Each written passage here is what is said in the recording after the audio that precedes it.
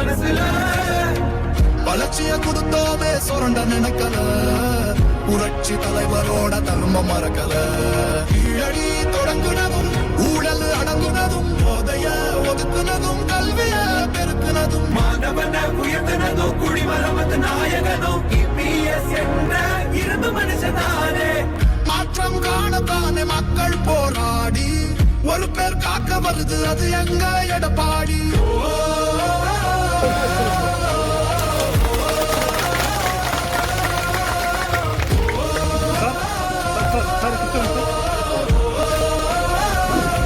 புரட்சி தமிழர் எழுச்சி பயணம் புயலா உருவாச்சு பல வருஷம் கழிச்சு நினைச்ச கனவு நிஜமா நடந்தாச்சு புரட்சி தமிழர் எழுச்சி பயணம் புயலா உருவாச்சு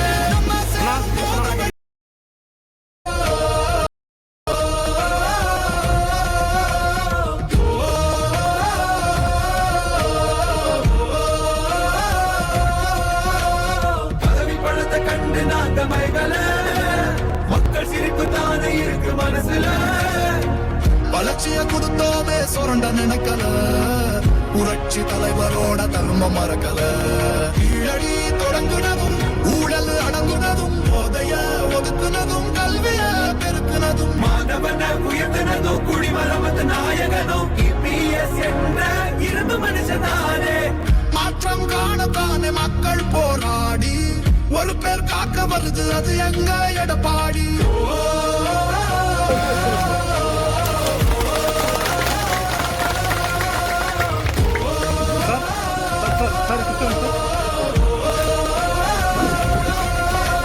புரட்சி தமிழர் எழுச்சி பயணம் புயலா உருவாச்சு பல வருஷம் கழிச்சு நினைச்ச கனவு நிஜமா நடந்தாச்சு புரட்சி தமிழர் எழுச்சி பயணம் புயலா உருவாச்சு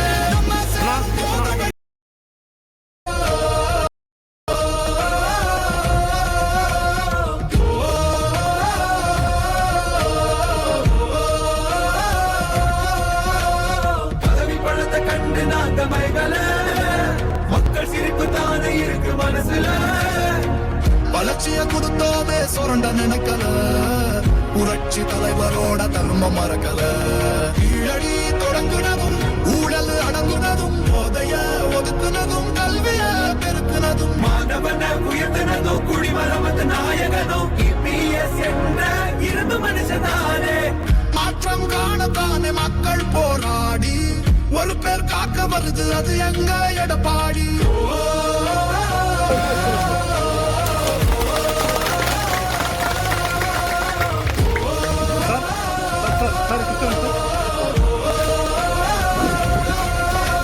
புரட்சி தமிழர் எழுச்சி பயணம் புயலா உருவாச்சு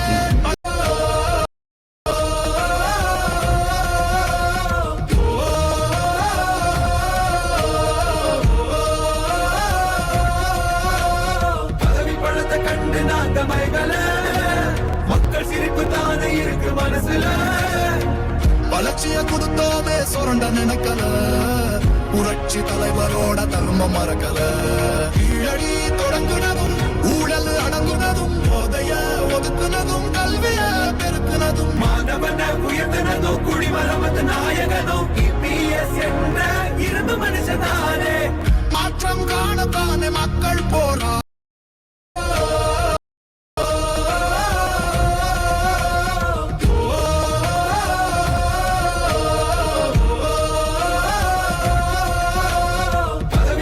கண்டு நாங்க மைகள மக்கள் சிரிப்பு தானே இருக்கு மனசுல வளர்ச்சிய கொடுத்தோமே சொரண்ட நினைக்கல புரட்சி தலைவரோட தர்ம மறக்கல கீழடி தொடங்குனதும் ஊழல் அடங்குனதும் போதைய ஒதுக்குனதும் கல்விய பெருக்குனதும் மாணவன உயர்த்தினதும் குடிமரமத்து நாயகனும் இபிஎஸ் என்ற இரும்பு மனுஷனாரே மாற்றம் காணத்தானே மக்கள் போரா அனைத்து இந்திய அண்ணா திராவிட முன்னேற்ற கழகத்தினுடைய செயலாளர் அன்பிற்குரிய தம்பி ராஜண்ணா அவர்களே,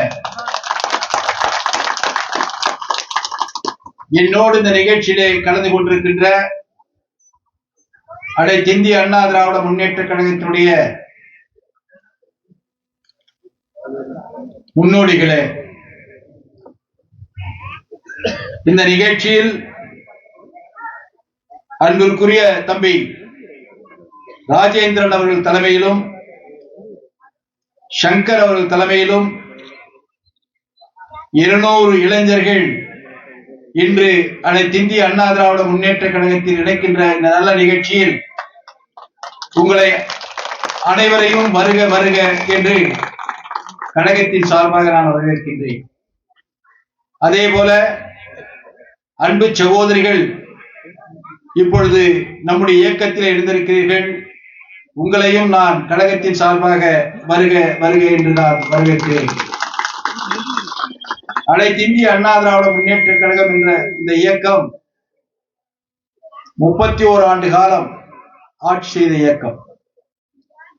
புரட்சி தலைவர் எம்ஜிஆர் அவர்கள் கட்சி ஆரம்பித்து 77 ஆட்சி பொறுப்பை ஏற்ற பின்புதான்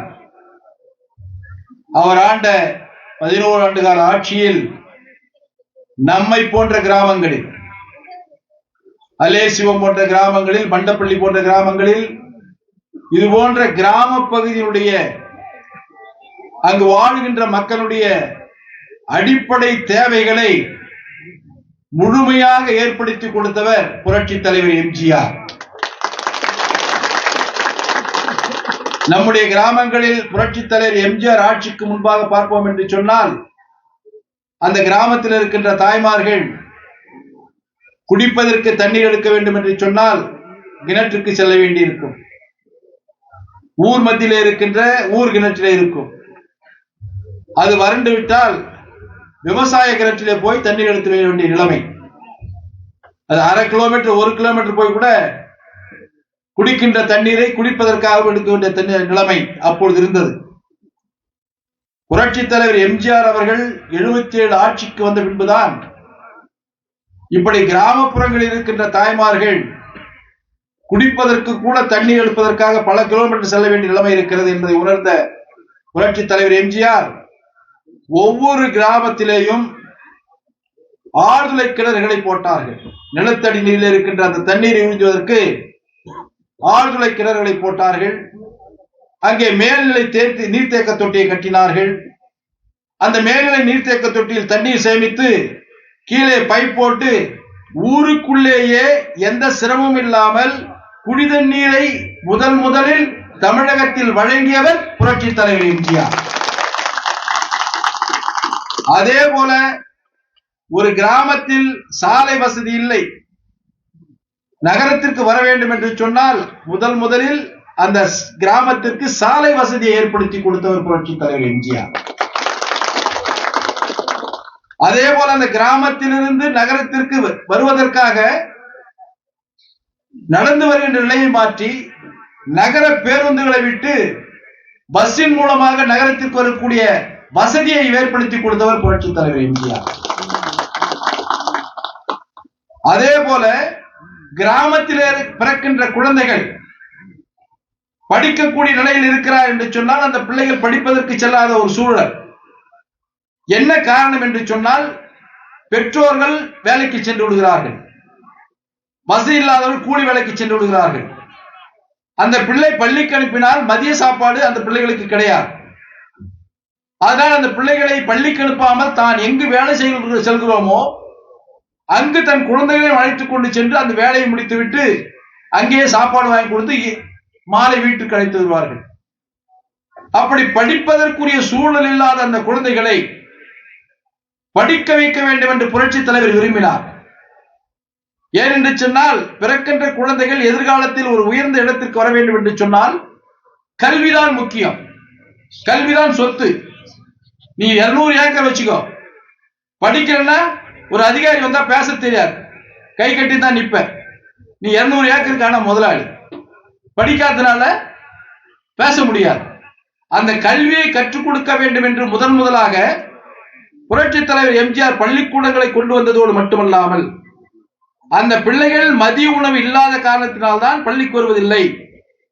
அந்த பிள்ளைகள் பள்ளிக்கு வர வேண்டும் என்று சொன்னால் மதிய உணவு நாம் கொடுப்போம் என்று அதிகாரிடத்தில் கேட்கிறார். அந்த உயர் அதிகாரிகள் சொல்லுகிறார்கள், குழந்தைகளுக்கு மதிய உணவு கொடுத்தால் கஜானா காலி ஆகிவிடும், வருவாய் இல்லை, கொடுக்க முடியாது என்று சொல்லுகிறார்கள். ஆனால் புரட்சி தலைவர் எம்ஜிஆர் சொன்னார், பசி என்றால் என்ன என்று எனக்கு நன்றாக தெரியும். காரணம், சின்ன வயதிலேயே நான் பசியில் வாடியவன். 2 நாட்கள் கூட உணவில்லாமல் என் தாய் சிரமப்பட்டிருப்பதை நான் பார்த்திருக்கிறேன். அதனால் அந்த பிள்ளைகள் பள்ளிக்கு வர வேண்டும். வருகின்ற பிள்ளைகள் பட்டினியோடு இருக்கக்கூடாது. அதனால் சத்துணவு திட்டத்தை கொடுக்கிறேன் என்று சொல்லி புரட்சி தலைவர் எம்ஜிஆர் சத்துணவு திட்டத்தை கொடுத்த காரணத்தினால்தான் கிராமத்திலே பிறந்த குழந்தைகள் அத்தனையும் பள்ளிக்கு சென்று இன்னைக்கு கிராமத்துல வாத்தியாரா இருக்கான், வக்கீலா இருக்கிறான், என்ஜினியரா இருக்கிறான்னா அது புரட்சி தலைவர் எம்ஜிஆர் தான் காரணம். இப்படி நம்முடைய கிராமத்தினுடைய வளர்ச்சிக்கு அடிகோலியவர் புரட்சி தலைவர் எம்ஜிஆர். தாய் 8 அடி என்று சொன்னால் பிள்ளை 16 அடி என்று சொல்லுவார்கள். புரட்சி தலைவர் எம்ஜிஆர் இவ்வளவு வசதிகளை கொடுத்தார். புரட்சி தலைவி அம்மா அவர்கள் இந்த இயக்கத்தை கட்டிக்காத்து 16 ஆண்டு காலம் முதலமைச்சராக இருந்தார்கள். அப்படி முதலமைச்சராக இருந்த புரட்சி தலைவி அம்மா அவர்கள் பள்ளிக்கு பிள்ளைகளை வருகிறார்கள், சாப்பாடு புரட்சி தலைவர் கொடுத்து விட்டார். ஏழை பெற்றோர்கள் அந்த குழந்தைகளுக்கு தேவையான புத்தகங்களை வாங்கி கொடுப்பதில்லை. 3 மாசம் ஆனாலும் சரி, 4 மாசம் ஆனாலும் சரி, ஸ்கூலுக்கு சேர்ந்தவ நோட்டு புத்தகம் வாங்கி கொடுக்கறது இல்லை.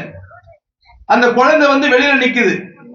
அதை உணர்ந்த புரட்சி தலைவி அம்மா படிக்கின்ற குழந்தைகளுக்கு தேவையான எல்லா வசதிகளும், நாம குழந்தை பெற்று ஸ்கூலுக்கு அனுப்பும் போது டிரெஸ் புரட்சி தலைவி அம்மா கொடுத்துட்டாங்க. ஒரு வருஷத்துக்கு 4 செட் டிரெஸ். 1ஆவதுல இருந்து 12ஆவது படிக்கிற வரைக்கும் குழந்தைகளுக்கு எல்லாத்துக்குமே ஆண் பெண் 2 சாராருக்கு கொடுத்தாங்க. அடுத்தது படிக்கிறதுக்கு புத்தகத்தை இலவசமா கொடுத்துட்டாங்க, அரசாங்கமே கொடுத்தது. அது புரட்சி தலைவி அம்மா கொடுத்தாங்க. அடுத்தது எழுதுறதுக்கு நோட்டு கொடுத்தாங்க, எழுதுறதுக்கு பேனா, பென்சில், ரப்பர் எல்லாம் புரட்சி தலைவி அம்மா கொடுத்தாங்க. இது எல்லாம் கொடுத்து குழந்தைங்க ஸ்கூலுக்கு போச்சு. 8ஆவதுல இருந்து 9ஆவது போகணும். அலேசியத்தில் தான் ஹைஸ்கூல் இருக்கு, பண்டப்பள்ளியில ஸ்கூல் இருக்கு. பண்டப்பள்ளியில இருந்து 5ஆவது முடிச்சுட்டு 6ஆவது வரணும்னா 1.5 கிலோமீட்டர் வருது, 2 கிலோமீட்டர் வருது. அலேசியத்துக்கு தான் வரணும். யாராவது யோசனை பண்ணாங்களா? அந்த பண்டப்பள்ளியில இருந்து அலேசியத்துக்கு 6ஆவது அந்த குழந்தை வந்து சேரணும். பொண்ணா இருந்தாலும் சரி, பையனா இருந்தாலும் சரி, அந்த 2 கிலோமீட்டர் அந்த குழந்தை நடந்து தான் வரணும். நடந்து வந்து வரும்போது அங்க சாப்பிட்டு, இல்ல சாப்பாடு இருக்குதோ இல்லையோ, அண்ணன் சோறு ஆகினாங்களோ இல்லையோ, இல்ல கூழோ களியோ இருந்தோ இல்லையோ, இருக்குதோ இல்லையோ, படிக்கணும்னு ஆர்வம் தான் ஓடும். ஓடி வந்து அரக்க பறக்க வந்து நம்ம அலேசியம் ஸ்கூல்ல இருந்து நிற்கும். அதுக்குள்ள பெல் அடிச்சுட்டு பாரு வாத்தியார், பையன் பொண்ணு பையனாவது வெளியே நிக்கணும், குறிப்பிட்ட நேரத்துக்கு வர முடியாது. அப்புறம் ஒரு ஸ்ட்ரிக்டான வாத்தியாரா இருந்தா லேட்டா வந்த முட்டி போடுவாங்க. அந்த படிக்கிற குழந்தைக்கு எவ்வளவு சிரமம் பாருங்க. அப்படிப்பட்ட குழந்தைகளுக்கு ஹைஸ்கூலுக்கு வரணும்னா சைக்கிள் கொடுத்தவங்க புரட்சி தலைவி அம்மா. எப்படி பாருங்க, கிராமத்துல படிக்கிற பிள்ளைங்க நகரத்துக்கு ஹைஸ்கூல் இருக்கிற கிராமத்துக்கு வர்றதுக்காக அந்த குழந்தைகளுக்கு சைக்கிளை கொடுத்தவங்க புரட்சி தலைவி. யாரும் கேட்கல, பெற்றோர்கள் கேட்கல, பிள்ளைகள் கேட்கல, எந்த அறிஞர்களும் சொல்லல, புரட்சி தலைவி அம்மாவே கொடுத்தாங்க. அடுத்தது 11ஆவது படிக்குது. அந்த 11ஆவது படிக்கிற பிள்ளைக்கு இப்போ கல்வின்றது வந்து மிகப்பெரிய பொக்கிஷம். அது உலக அளவில் இருக்கிற கல்வி எல்லாம் அந்த குழந்தைக்கு தெரியணும். அப்படி தெரியணும்னா லேப்டாப், ஒரு லேப்டாப், அதாவது மடிக்கணினின்னு சொல்லுவாங்க, அப்பவே 14,500 ரூபாய்.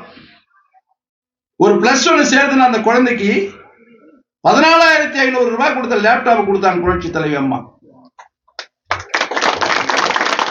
அது வாங்கி அந்த குழந்தை படிச்சு ஹையர் ஸ்டடி, மெடிக்கல் காலேஜ் போறது, இன்ஜினியரிங் காலேஜ் போறது, இதெல்லாம். இப்படி படிக்கிற குழந்தைகளுக்கு எல்லா வாய்ப்புகளையும் உருவாக்கி கொடுத்த கட்சி அதிமுக கட்சி. அந்த கட்சியில தான் இப்ப இளைஞர்கள் நாம் சேர்ந்திருக்கிறோம். உங்களை நான் மகிழ்ச்சியோடு வரவேற்கிறேன். அனைத்து இந்திய அண்ணா திராவிட முன்னேற்ற கழகம் ஒரு பெரிய இயக்கம், ஒரு பெரிய குடும்பம். அந்த குடும்பத்தில் ஏற்கனவே 2 கோடி பேர் இருக்கிறாங்க. நீங்க வந்தா இளைஞர்கள் வரீங்க. உங்களை நம்பிதான் அடுத்து இந்த கட்சி காத்துட்டு இருக்குது, நாடும் காத்திருக்குது, கட்சியும் காத்திருக்குது. புரட்சி தலைவி அம்மா மறைகிறாங்க. இன்னைக்கு நம்முடைய பொதுச் செயலாளர் போட்டதற்கு எடப்பாடியார் அவர்கள் முதலமைச்சர் ஆகிறாங்க. ஏதாவது முதலமைச்சர் ஆனதுன்னு அவர் ஒரு 2 தலைவருடைய குணத்தை கத்துக்கிட்டு இந்த 4 வருஷத்துல 2 மாசம் ஆட்சி நடத்தினாங்க. இந்த 4 வருஷம் 2 மாசத்துல பல்வேறு திட்டங்களை கொண்டு வந்தாங்க. அவர் ஒரு விவசாயி. அந்த விவசாயி இருந்த காலத்துல என்ன பண்ணாரு, குடிமராமத்து திட்டத்தை கொண்டு வந்தார். கிட்டத்தட்ட ஒரு 40 வருஷத்துக்கு முன்னாடி காங்கிரஸ்கார காலத்துல குடிமராமத்து திட்டம். அந்த குடிமராமத்து திட்டம்னா என்னன்னா, நம்ம கிராமத்துல இருக்கிற ஏரி குளம் இருக்குன்னா அந்த குளம் நீண்ட காலமா மழை பெஞ்சு தூரு ஏரி இருக்கும், மண்டல் மண் ஏரி இருக்கும். அந்த ஏரி ஆழப்படுத்தி கரையை பலப்படுத்துறது, அதுதான் குடிமராமத்து திட்டம். அந்த திட்டத்தை கொண்டு வந்தார். அந்த ஏரிக்கு வர்ற தண்ணி இருக்கு இல்லையா, காவா, அந்த காவா எல்லாம் துத்து போயிட்டு இருக்கும். அந்த காவாயை சுத்தப்படுத்தி அந்த தண்ணி மழை பெஞ்சா உடனே வர்றதுக்கு அதுதான் குடிமராமத்து திட்டம். அந்த திட்டத்துல நம்ம டேம், கிருஷ்ணகிரி டேம்னு அந்த நேரத்தில் வடிஞ்சு போச்சு. ஆயிரக்கணக்கான லோடு மண்ணு விவசாயிகள் எடுத்துட்டு போயிட்டு இன்னைக்கு வளமா இருக்காங்க. அதோட இடத்துல நம்முடைய பொதுச்செயலாளர் எடப்பாடியார் முதலமைச்சராக்கும் போது ஒரே வருஷத்துல 11 மருத்துவக் கல்லூரியை கொண்டு வந்தார். மெடிக்கல் காலேஜ், நம்ம கிருஷ்ணகிரியில் ஒரு மெடிக்கல் காலேஜ். இன்னைக்கு காலேஜ் மட்டும் இல்ல, எல்லா வசதியோட இருக்கிற மருத்துவமனை, ஹாஸ்பிட்டலும் கூட. சென்னையில கொண்டு போய் என்ன மருத்துவ சிகிச்சை பண்ணுமோ அந்த மருத்துவ சிகிச்சை பண்ணக்கூடிய எல்லா விதமான மிஷினும் இன்னைக்கு கிருஷ்ணகிரி மெடிக்கல் காலேஜ் ஆஸ்பத்திரியில் இருக்கு. அது எடப்பாடியார் கொண்டு வந்தார். அதே மாதிரி இன்னைக்கு நம்ம தொகுதியில இன்னைக்கு இங்கிருந்து கொஞ்சம் ஒரு 5 கிலோமீட்டர் 10 கிலோமீட்டர் போனா டாடா எலக்ட்ரானிக்ஸ். இன்னைக்கு படிச்ச குழந்தைகள் நிறைய பாத்தீங்கன்னா நீட்டா காலையில 7 மணி ரெடியா ட்ரெஸ் பண்ணிட்டு வந்து நிக்குதுங்க. பாலிடெக்னிக் படிச்சுட்டு டிப்ளமோ முடிச்சுட்டு டாடா எலக்ட்ரானிக்ஸ் பஸ் வருது, பஸ் ஏறி போதுங்க. அப்ப அந்த குழந்தை படிக்கும் போது யாரால படிச்சது? புரட்சி தலைவர் எம்ஜிஆர் கொண்டு வந்த சத்துணவு திட்டம். புரட்சி தலைவி அம்மா அவர்கள் 16 ஆண்டு காலம் நம்முடைய கிருஷ்ணகிரி மாவட்டத்தில் மொத்தம் 9 கல்லூரிகளை கொடுத்தாங்க. பாலிடெக்னிக் கல்லூரி, ஆர்ட்ஸ் காலேஜ் இதெல்லாம் கொடுத்ததுனால அந்த குழந்தை படிச்சது. படிச்சு முடிச்சதுன்னு டாடா எலக்ட்ரானிக்ஸ் கம்பெனி எடப்பாடி பழனிசாமி கொடுத்தார் முதலமைச்சராக்கும் போது. 50,000 பேர் வேலை செய்யறாங்க, ஒருத்தர் 2 பேர் இல்ல. உலகத்திலே இருக்கிற நம்ம கைபேசி பரிசு எல்லாம் பிடிக்கிறாங்க இல்லையா, செல்லு, அந்த செல்லு தயார் பண்ற ஃபேக்டரி இது. 50,000 பெண்கள் வேலை செய்யறாங்க. இன்னைக்கு நம்ம மாவட்டத்தில் இருக்கிற படிச்ச பிள்ளைங்க எதா இருந்தாலும் உடனே அந்த வேலைக்கு போகுது. அந்த வேலைக்கு போறக்கூடிய வாய்ப்பை உருவாக்கி கொடுத்த கட்சி ஆட்சி அண்ணா திராவிட முன்னேற்ற கழகம். இதுல யாருமே சொந்தம் கொண்டாட முடியாது. திமுக எல்லாம் சொந்தமே கொண்டாட முடியாது. கொண்டாடுறதுக்கு வாய்ப்பே இல்லை. ஏன்னா ஸ்கூல் கொண்டு வந்தது நாமோ, காலேஜ் கொண்டு வந்தது நாமோ, ஃபேக்டரி கொண்டு வந்தது நாமோ, படிக்க வச்சது நாமோ, ஃபேக்டரி வந்த பின்னாடி வேலை வாய்ப்பை உருவாக்கி கொடுத்தது நாமோ. இதுல யார் உள்ள நுழைய முடியாது. பேசுவாங்க, அவங்க பேசுவாங்க. பேசினாலும் நான் பிராக்டிகலா பேசுறேன். இன்னைக்கு டாடா எலக்ட்ரானிக்ஸ் வந்திருக்கு, டெல்டா வந்திருக்கு, கிருஷ்ணகிரி தொகுதியில் டெல்டா வந்திருக்கு. அங்க 10,000 பேர் வேலை செய்யறாங்க. இதெல்லாம் நம்முடைய ஆட்சியில வந்தது. அப்படிப்பட்ட ஆட்சியால அண்ணா திராவிட முன்னேற்ற கழகத்தில் அன்பு தம்பிமார்கள், இளைஞர்கள் நீங்க இணைந்திருக்கிறீர்கள். அன்பு சகோதரிகள், தாய்மார்கள் இழந்திருக்கிறீர்கள். அலேசீவம் என்னுடைய தாய் கிராமம். ஏன்னா நானும் இங்க ஒரு விவசாயியா ஒரு 25 வருஷமா இருக்கிறேன்.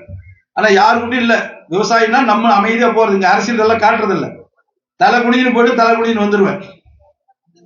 தேவைன்னா மட்டும்தான் கவர்னர் கூப்பிட்டாங்கன்னா நான் வந்து நிற்பேன், கவர்னர்கிட்ட பேசுவேன். கவர்னருக்கு எல்லாம் என்ன சொல்றாங்க, நம்ம தலைவர் மாறப்படலாங்கிறாரு, கவர்னர் எல்லாம் அவங்க என்ன சொல்ல சரி கவர்னர் கேட்டுக்கிறேன். அந்த அளவு தான். இன்னமும் இனிமேல் மட்டும் அப்படிதான் இருப்பேன். என்ன நிலைக்கு வந்தாலும் இந்த கிராமத்தை பொறுத்தவரை நான் உங்கள் வீட்டு பிள்ளை.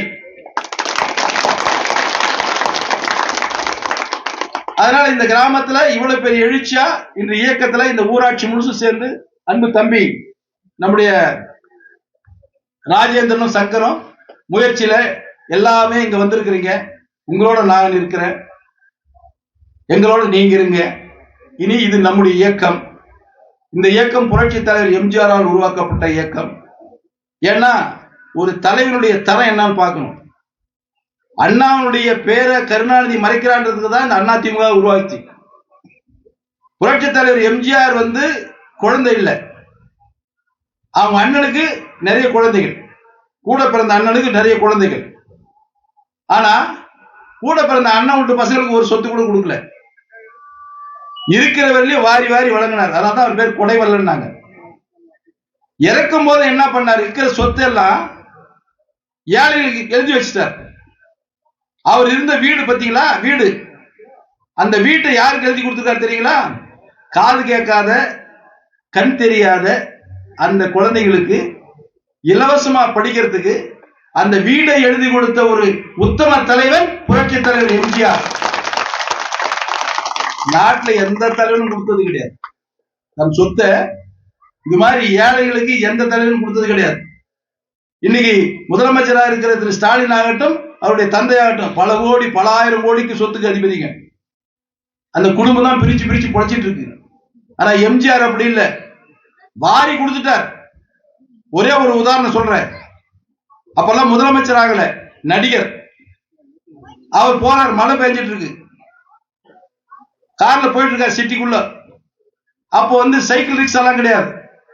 இந்த ஆளுங்களே இழுத்துன்னு ஓடுவாங்க, பின்னாடி ஆளை உட்கார வச்சு கூட்டிட்டு போவாங்க. அது மாதிரிதான் போவாங்க. உள்ள வர்றவன் காசு கொடுக்குறவன் மலையில் நிலையாத உட்காந்து இழுத்துன்னு போறோம். மலையில் நிலைன்னு பார்த்தா புரட்சி தலைவர் பார்த்தார். மொத்தம் இது மாதிரி வண்டி வச்சிருக்க எவ்வளவு பேர் இருக்கிறாங்கன்னா ஒரு 5000 பேர் இருப்பாங்கன்னு சொல்லிட்டு ரிப்போர்ட் வருது. 5000 பேருக்கும் ஒரு நடிகராக இருந்த எம்ஜிஆர் 5000 பேருக்கும் ரெயின் கோட்டை அப்பவே கொடுத்தாரு. அப்படின்னா அவருடைய மனசு எவ்வளவு இலகிய மனசா இருக்கணும். அந்த இலகிய மனம் படைத்தவர் தான் இந்த கட்சிக்கு தலைவர். அதுக்கு அடுத்ததாக புரட்சி தலைவர் அப்படியே இருந்தார்கள். இன்று எடப்பாடியாரும் இந்த சமுதாயத்திற்காக உழைத்துக் கொண்டிருக்கிறார். இப்போது நீங்கள் இந்த இயக்கத்திற்கு வந்திருக்கிறீர்கள். உங்களை மனமுவந்து வரவேற்று இளைஞர்களாக நீங்கள் நன்றாக உழையுங்கள். முதலில் உங்களுடைய குடும்பம், முதலில் நீங்கள், உங்களுடைய குடும்பம், உங்களுடைய உறவுகள் இந்த சமுதாயத்தில் உங்கள் காலில் நிற்கின்ற அளவிற்கு நீங்கள் தயாராகிக் கொள்ள வேண்டும். அப்படி தயாராவதற்கு நிச்சயமாக இந்த இயக்கம் உங்களுக்கு உறுதியாக இருக்கும் என்பதை மட்டும் உறுதியாக நான் சொல்ல கடமைப்பட்டிருக்கிறேன். அடுத்ததாக தான் கட்சி. உங்களை நிலைநிறுத்திக் கொள்ளுங்கள். உங்கள் குடும்பத்தை காப்பாற்றும் அளவிற்கு நீங்கள் தயாராகி விடுங்கள்.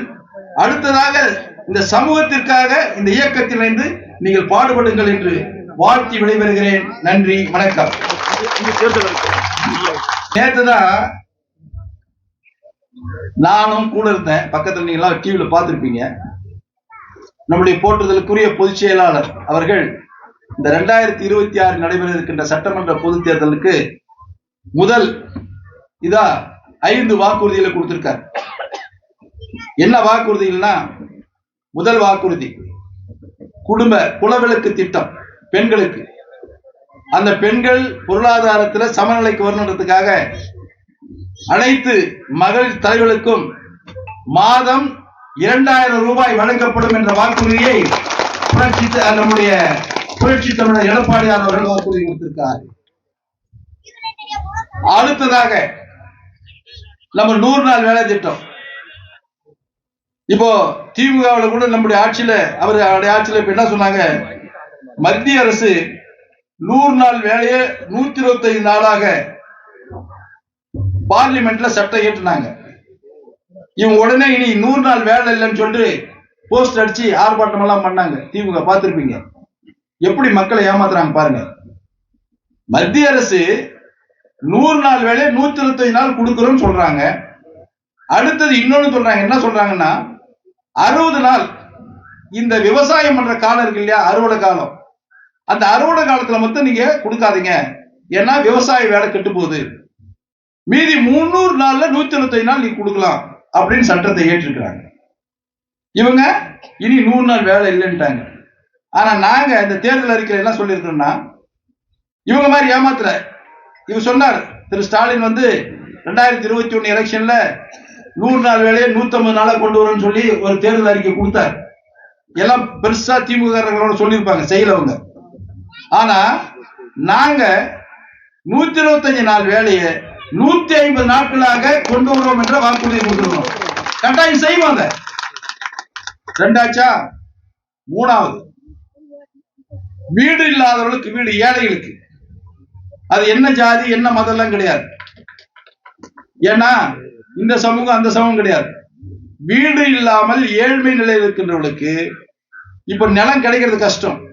நிலம் நாங்களே வாங்கி கொடுத்து இலவசமாக வீடு கட்டி கொடுக்கப்படும் என்ற வாக்குறுதியை கொடுத்திருக்கிறோம். அதே மாதிரி ஆதி திராவிட மக்களுக்கு, பட்டியலத்தை மக்கள் சேர்ந்தவர்களுக்கு நீங்க பாத்தீங்கன்னா ஒரு வீட்டுல 4 பேர் 3 பேர் அண்ணன் தம்பி இருப்பான். கல்யாணம் பண்ணா கூட 3 குடும்பம் ஒரே வீட்டுல இருக்கும். சிரமம். இதை உணர்ந்த நம்முடைய பொதுச் செயலாளர் அவர்கள் அப்படி இருக்கின்ற வீடுகளில் திருமண ஆட்சின்னு வச்சுங்க, தனி குடித்தனம் அவங்க வர்றாங்கன்னா, அப்படி தனி குடித்தனம் வரும்போது அவங்களுக்கு இடம் நாங்களே வாங்கி வீடு கட்டி தனியாக வீடு கட்டுவதோடு அவர்களுக்கு தனியாக ரேஷன் அட்டையும் வழங்கப்படும் என்ற வாக்குறுதி கொடுத்திருக்கிறோம். கான்கிரீட் வீடு. அடுத்தது பெண்கள். ஏற்கனவே அந்த திட்டம் நம்ம ஆட்சி இருக்கும்போது செஞ்சோம். இவங்க அதை நிறுத்திட்டாங்க. வேலைக்கு சென்ற பெண்ணாலும் சரி, வேற குடும்ப பெண்ணாலும் சரி, ஸ்கூட்டி வாங்கினா எந்த பொருள் எந்த விலையில வாங்கினாலும் 25,000 ரூபாய் மானியம் வழங்கப்படும். எப்படின்னா 5 லட்சம் பெண்கள். இப்ப 50,000 ரூபாய் ஸ்கூட்டி வாங்குறீங்கன்னு வச்சுங்க, 75,000 ரூபாய் வாங்குறீங்க, 25,000 ரூபாய் எங்களுக்கு மானியம். மீதி 50,000 ரூபாய் நீங்க வாங்கிக்கணும். அது ஒரு திட்டத்தை நாங்க கொடுத்திருக்கிறோம். இப்படி 5 திட்டங்கள். அதே மாதிரி இப்ப சகோதரிகள் எல்லாம் விலையில்லாத பேருந்துல போயிட்டு இருக்கிறீங்க. இலவசமா சொல்லக்கூடாது. அவங்க சொன்ன மாதிரி சும்மா ஓசி அப்படி சொல்லக்கூடாது. நான் சொல்ல மாட்டேன். விலையில்லாத பேருந்துல போயிருக்கிறீங்க, சகோதரிகள் போறீங்க. சகோதரர்களும் ஆண்களும் விலையில்லாத பேருந்தில் இலவசமாக பயணம் பண்ணான்னு ஒரு வாக்குறுதி கொடுத்துருக்கோம். இதெல்லாம் கொடுத்த பின்னாடி ஒரு பத்திரிகையாளர் கேள்வி கேட்கிறார். ஏற்கனவே 1000 கொடுக்க முடியாத இந்த அரசாங்கம் தடுமாறுது, நீங்க எப்படி கொடுக்க முடியும் அப்படின்னு கேள்வி கேட்டார். நல்ல கேள்வி. உடனே எங்களுடைய பொதுச் செயலாளர் சொன்னார், எங்களால கொடுக்க முடியும். ஏனென்று சொன்னால் எங்களுக்கு நிதி நிர்வாகத்தை மேம்படுத்த எங்களுக்கு திறமை இருக்கிறது. அந்த திறமை இருந்த காரணத்தினால்தான் கொரோனா வந்த காலத்தில் கூட 2 லட்சம் கோடி ரூபாய் வருவாய் இழந்த பின் நிலையிலும் கூட எந்த வருவாயும் இல்லாமல் கொரோனா காலத்தில் 40,000 கோடி ரூபாய் செலவு செய்து கடனை கட்டுக்குள் வைத்திருந்தோம். அந்த நிதி மேலாண்மை எங்களிடத்தில் இருந்த காரணத்தினால்தான் அந்த 4 ஆண்டு காலத்தில் நல்ல ஆட்சி கொடுத்தோம், கடன் உயராமல் இருந்தது. ஆனால் இன்று இந்த ஆட்சியில் எந்த திட்டமும் கொண்டு வரவில்லை. 5,50,000 கோடி ரூபாய் கடன் வந்துதான் பெற்றிருக்கிறார்கள். அதனால் எங்களால் முடியும் என்ற ஒரு வாக்குறுதியும் அந்த பத்திரிகையாளருக்கு சொல்லியிருக்கிறார். எனவே இந்த 5 வாக்குறுதிகளோடு தேர்தல் நேரத்தில் இன்னும் பல வாக்குறுதிகள் வர இருக்கிறது. அதை நிச்சயமாக நாங்கள் நிறைவேற்றுவோம். ஏனென்று சொன்னால் புரட்சி தலைவி அம்மா அவர்கள் 2011 பல வாக்குறுதிகளை கொடுத்தார்கள். அதில் ஒரு வாக்குறுதி தான் குடும்ப பெண்களுக்கு விலையில்லாத மிக்சி, கிரைண்டர், ஃபேன் என்று சொன்னார்கள். அதே போல கொடுத்த வாக்குறுதியை 1,76,00,000 குடும்பங்கள் முழுவதுக்கும் கொடுத்தவர் புரட்சி தலைவி அம்மா. எல்லாருக்கும் இருக்கல்ல, இருக்கா இல்லையாமா? அதே மாதிரிதான் இவருடைய எடப்பாடியாரும் கொடுத்த வாக்குறுதி அத்தனையும் நிறைவேற்றுவார்கள் என்று கூறி இன்று இயக்கத்தில் இணைந்த உங்கள் அத்தனை பேரையும் அன்போடு வரவேற்று விடைபெறுகிறேன். நன்றி, வணக்கம்.